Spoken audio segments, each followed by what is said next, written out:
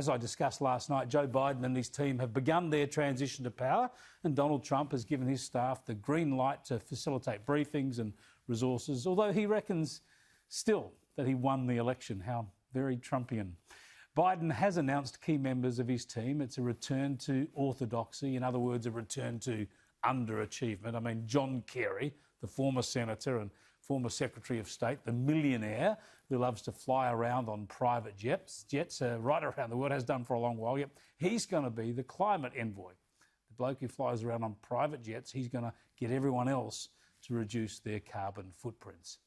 Anyway, one of the more bizarre twists in this post-election period is that the public profiles of the two candidates have completely flipped about.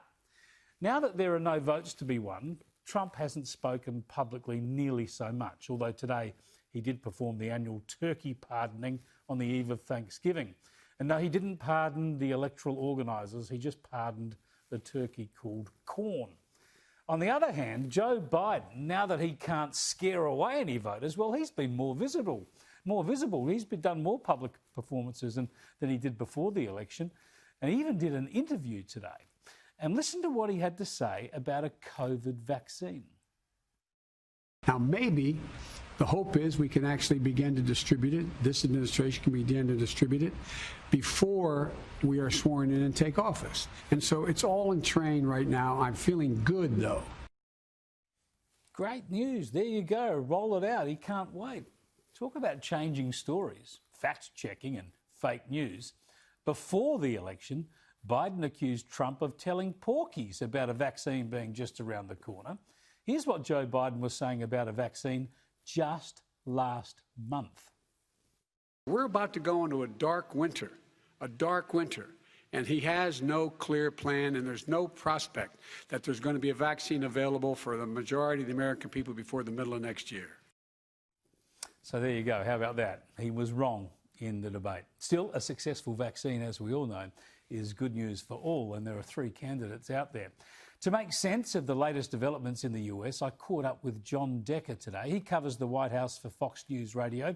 As you know, I spoke with him in Washington, D.C. earlier in the month, and he joined us again from there earlier today. John, thanks so much for joining us again. Is there any chance, do you think, that Donald Trump is going to give the nation a Thanksgiving present by conceding and at least ending all of this uncertainty? You know, Chris, I wouldn't hold your breath on that. I would bet that the president will not concede the presidential election, not now and not between the now and the time that he leaves office on January the 20th of next year.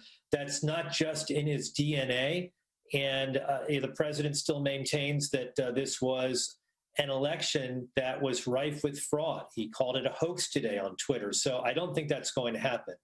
That's extraordinary. I mean, I would have thought he'd have to concede once all the states have confirmed their election results or after the Electoral College meets. So you say he's going to keep this right up until the inauguration. What will that do for the transition team? What will that do for the country's unity, I suppose? Well, the transition to the Biden administration is moving forward. That is pretty clear. In fact, there, as of today, is now cooperation between the outgoing Trump administration and the incoming Biden administration. That will happen at the cabinet levels for the various departments and agencies.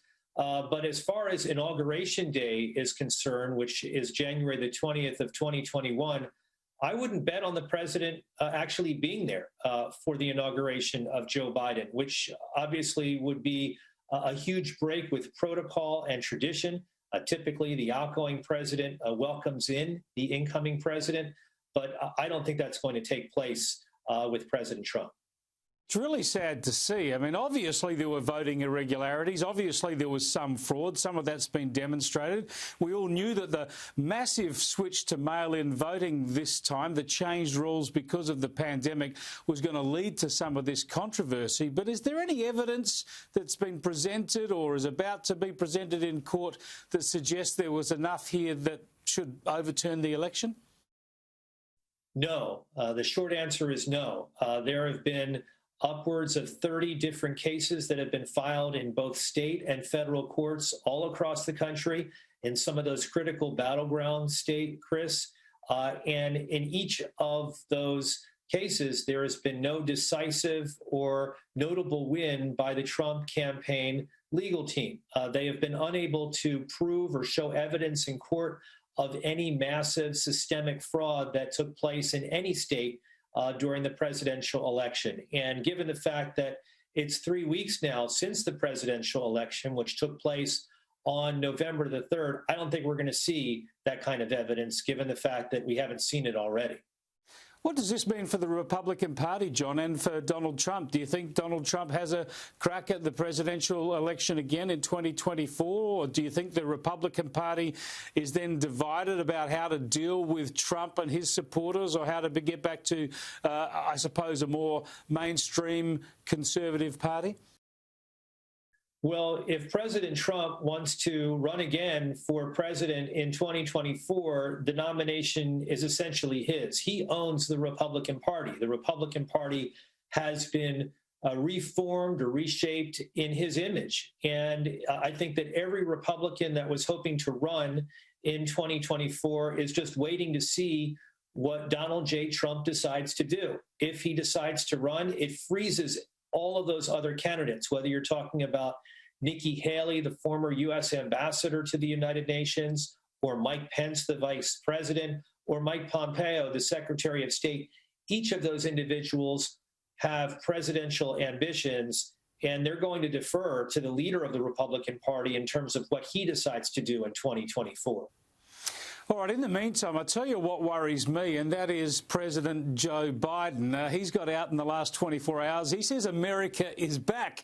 But when you look at his policies and his team, it's really the establishment is back. Orthodoxy is back. Multilateralism is back. He's got John Kerry back, for crying out loud. The former Secretary of State's going to be a climate envoy. America will get back on board with Paris. And there's a new sort of multilateral warm tone about trying to repair relations with China and get back to an orthodox approach in the Middle East. These are the approaches that have failed in the past under Republicans and Democrats, and it's an area where Donald Trump's disruptive approach has actually paid dividends. Well, it certainly paid dividends as it relates to transforming the Middle East. That's been pretty clear, particularly over what we've seen in the past few months with the normalization of relations between Israel and a number of Arab nations. But I think you described the Biden approach pretty well. It's an internationalist approach. It's an approach that involves America's traditional allies in Europe. And it involves patching up or mending relations between the U.S. and the European Union, which have been frayed during the Trump years. So all of that is embodied in some of the choices that President-elect Joe Biden has chosen as part of his national security team, including his incoming Secretary of State. They are all, as you described them, Chris, establishment figures. And, you know, if you don't like that approach, you're not going to like Joe Biden's cabinet, because that is essentially what he ran on and what he will govern by once he becomes president. Well, let's hope for the best, but I worry about it a bit, John, I must admit. I really appreciate your time today, and while we're in Washington earlier in the month, John, I hope you have a really happy Thanksgiving. Thanks a lot, Chris. Always good to talk with you. Have a great day, and I'll talk to you real soon. How about that? Trump and the nomination for 2024. A lot of people will be very keen to see that. Others will be horrified.